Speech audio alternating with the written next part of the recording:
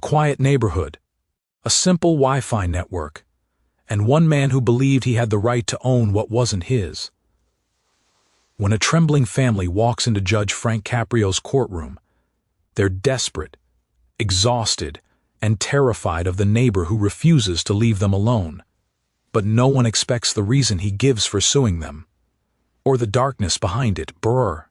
Jacob's family never wanted trouble.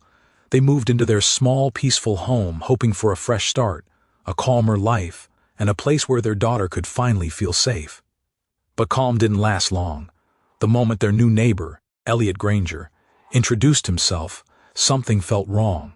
His too long stares, his strange questions, his uninvited visits at odd hours. All seemed harmless at first, until he began demanding their Wi-Fi password. Not politely, not casually, but aggressively.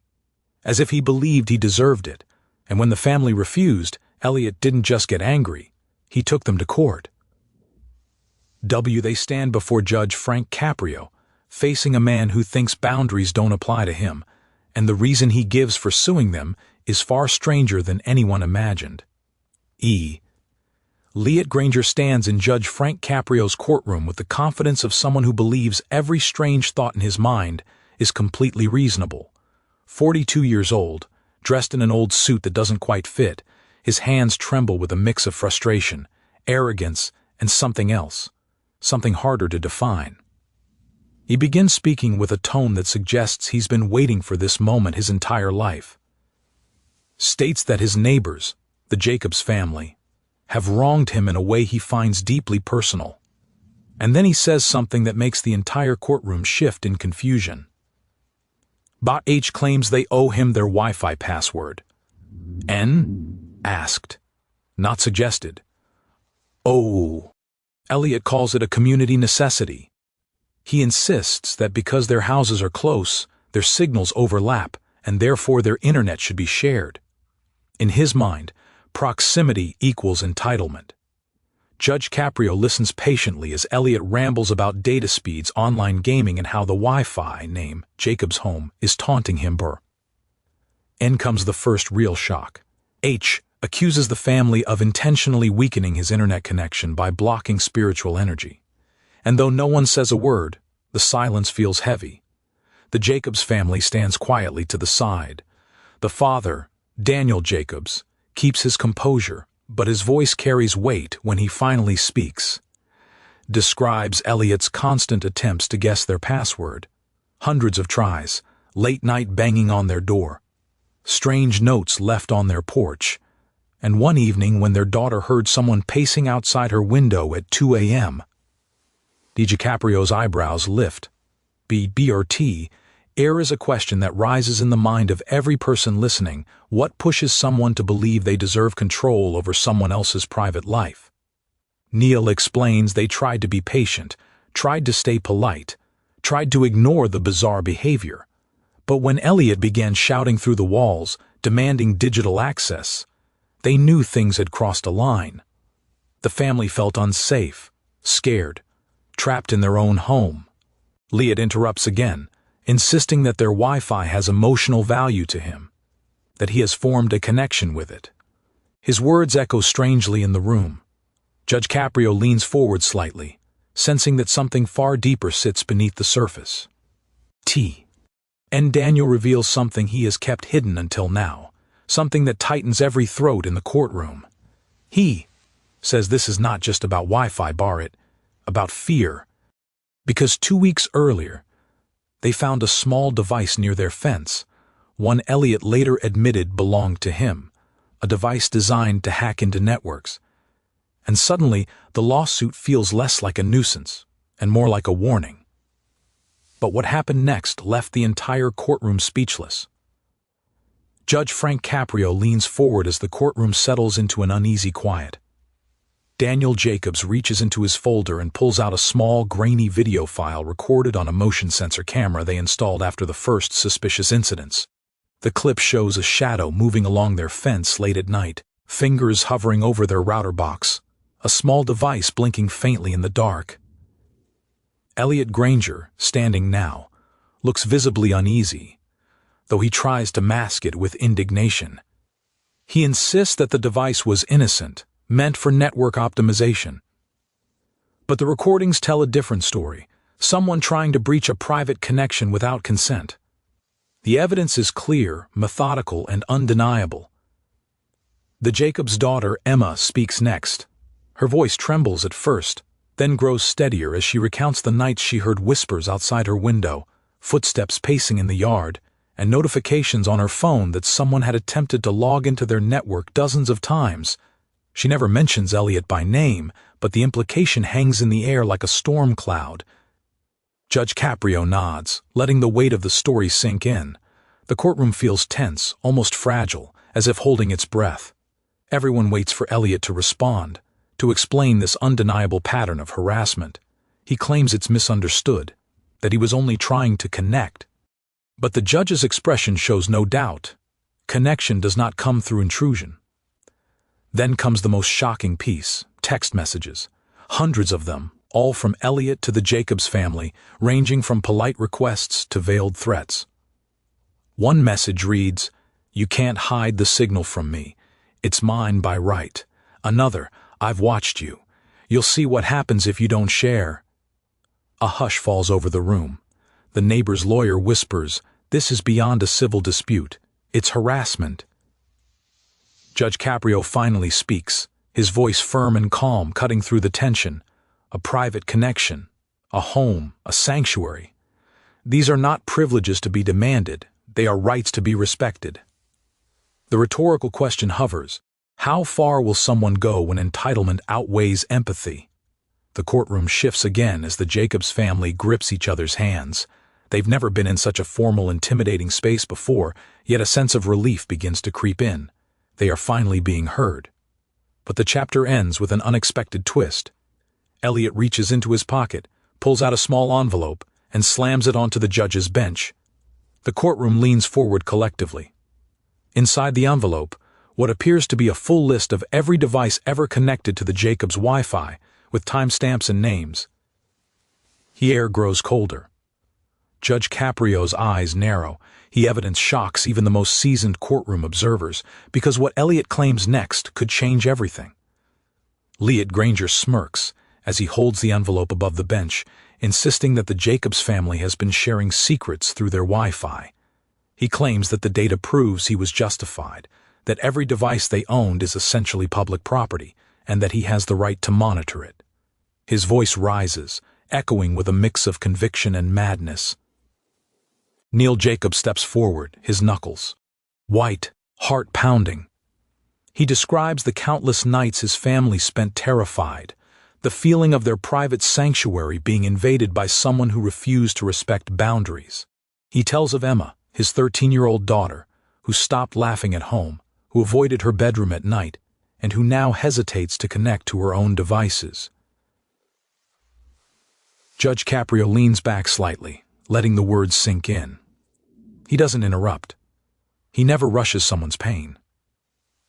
The courtroom listens as Daniel's voice breaks just enough to show the weight of weeks spent living in fear.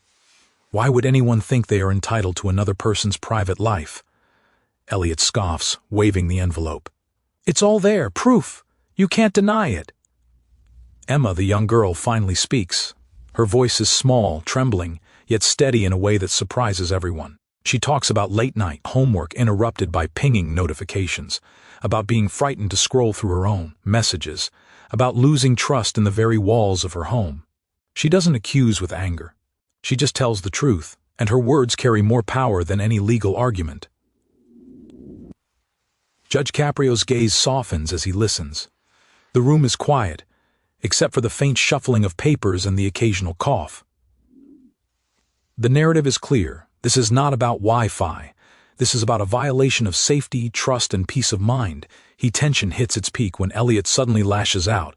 He claims that he was helping them, that they simply didn't understand technology. He doubles down, insisting that the family's refusal was cruel and unfair. His entitlement clashes violently with reality, leaving everyone on edge. Daniel pauses and looks directly at the judge. "All we ever wanted," he says, voice quivering, "was to feel safe in our own home." Judge Caprio's calm yet firm tone cuts through the chaos. Safety is not optional. R. Respect is not optional. Privacy is not optional. These are the foundations of human dignity. Emma squeezes her father's hand, a small but powerful gesture of solidarity. The family's ordeal, their fear, their sleepless nights, all laid bare in front of the courtroom. And as Judge Caprio's words echo, one thought lingers in the minds of everyone present: can justice restore what fear has taken? Drop a comment below if you think no one should ever feel unsafe in their own home. Just as hope begins to appear, Elliot reaches into his coat again, producing something that could turn this case upside down. Judge Frank Caprio rises slightly, his presence commanding yet gentle. The courtroom falls into a heavy silence, as if every word he speaks carries the weight of years of wisdom. He looks directly at Elliot Granger, then at the Jacobs family, allowing each side to feel the gravity of their actions and the reality of the situation. He begins slowly, his voice steady. Elliot, entitlement is not a law. Desire does not justify intrusion. A home, a family, a space where one feels secure. These are rights that must be honored, not negotiated. He pauses, letting the words sink into the room like a stone dropped into still water. You speak of connection, he continues, but the only connection you've created is fear. True connection cannot be forced. True connection cannot be stolen. It is given freely, nurtured, respected. What you've done here is not harmless. It is a violation. And no amount of explanation can erase the fear you've sown. The rhetorical question rises, quiet but powerful. How can someone mistake intrusion for intimacy, possession for care? Judge Caprio turns his gaze fully toward the Jacobs family now. And to the Jacobs, your courage is extraordinary. You endured uncertainty, sleepless nights, and anxiety, yet you never retaliated with anger. You sue, only to protect your home, your daughter, your dignity. That is the strength of true character, the kind that reshapes lives and teaches lessons far beyond this courtroom. The room feels lighter, yet every word lands with force. Elliot's defiance begins to waver as Judge Caprio speaks with authority, not of punishment alone, but of moral clarity. He continues, addressing the essence of the case.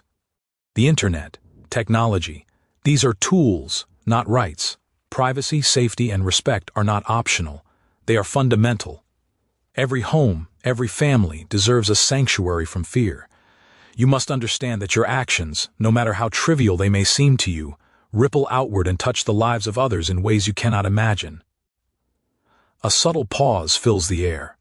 Everyone senses the turning point. Judge Caprio's voice softens but remains unyielding. Elliot, redemption is possible.